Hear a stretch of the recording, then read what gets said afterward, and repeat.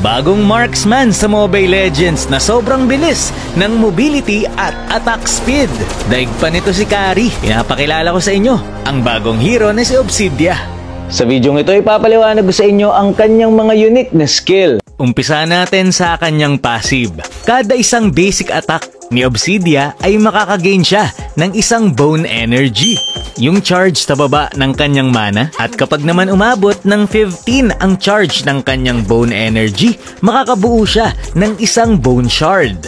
Ayun nagkaroon ng number 1. So ano nga ba ang nagagawa ng bone shards na ito kapag nag-basic attack si Obsidia? Kung ilan ang kanyang bone shards? Halimbawa, ayan, 1. Kada atake niya, may isang bone shard din na tatama sa kalaban. Ito yung basic attack niya, ito naman yung bone shard. At ang matindi pa dito, umaabot ng 30 ang maximum stacks ng bone shards nitong si Obsidia. Ayan, try natin paabutin. Pinas forward ko na yung video para hindi kayo maboard. So ayan, 11 na yung stack ng aking bone shards. Kada basic attack ko, 11 na bone shards ang tumatama sa kalaban. Grabe! So ibig sabihin lang nito, kapag napaabot mo yung maximum stacks ng bone shards na ito, isang basic attack mo pa lang, 30 bone shards na ang tatama sa kalaban. Grabe! So ayan, tignan nyo, isang atake ko pa lang, umulan na agad ng damage. Pero hindi ka pwedeng magpa-stack sa mga jungle monster. Makakapagpa-stack ka lang sa mga minions, hero, o kaya naman sa tore. Kapansin-pansin din na parang humahaba yung dulo ng kanyang arrow kapag nadadagdagan ang stack ng kanyang bone shard. Kapag naka-takedown ka rin ng hero ng kalaban, automatic magkakaroon ka kagad ng 1 bone shard stack.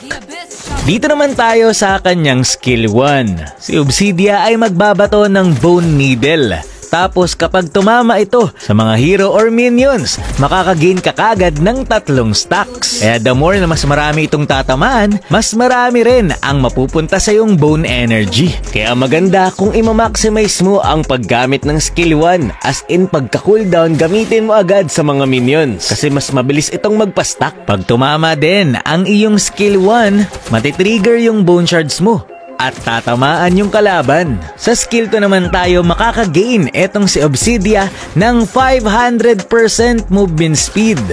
Kaya naman para na siyang nagdadash. Hindi ka nga lang makakatago sa mga pader gamit ang skill 2. Pero makokontrol mo naman kung saan mo gustong pumunta gamit ang iyong joystick kapag ikaw ay nag-skill 2. Maganda tong pangharas ng kalaban pagka skill 1 mo, out ka lang para makastack ka. Dito naman tayo sa napakaangas niyang ultimate. I-explain ko sa inyo. Magbabato siya ng Bone of Wrath. Tapos kapag may tinamaang kalaban, may higit siya papunta sa pwesto nito. At magiging 1 second na lang ang cooldown ng iyong skill 2. Kaya may spam mo ang paggamit nito. Pwede ka ring mag-basic attack habang ginagamit mo ang iyong skill 2 kapag naultihan mo ang kalaban. Tignan mo naman kung gaano siya kalikot kapag meron siyang naultihan. At ang matindi pa dito, hindi ka pwedeng gumamit ng dash or flicker kapag tinamaan ka ng ultimate ni Obsidia. So para kang naultihan ni Minsitar. Mahirap na ngang patamaan kapag naka-ulti, tapos hindi mo pa matatakasan kung wala kang Purify. Tumatagos nga pala ang kanyang skill 2 sa mga wall kapag siya ay naka-ultimate. Kawawa yung mga hero na may dash dito kay Obsidia. Pero kailangan mag-ingat ni Obsidia sa mga hero na mabibilis ang movement speed tapos naka-sprint. Kasi kapag tumakbo yung kalaban mo, madadala ka rin eh. So yung mga naka-sprint ang magpapahirap sa'yo. Pero pwede mo naman i-cancel ang ultimate mo kung sakaling ganito ang mangyari. Pero ayun na nga, sinubukan ko na nga si Obsidia sa totoong game para malaman kung malakas ba talaga siya o maganda lang yung mga skills niya.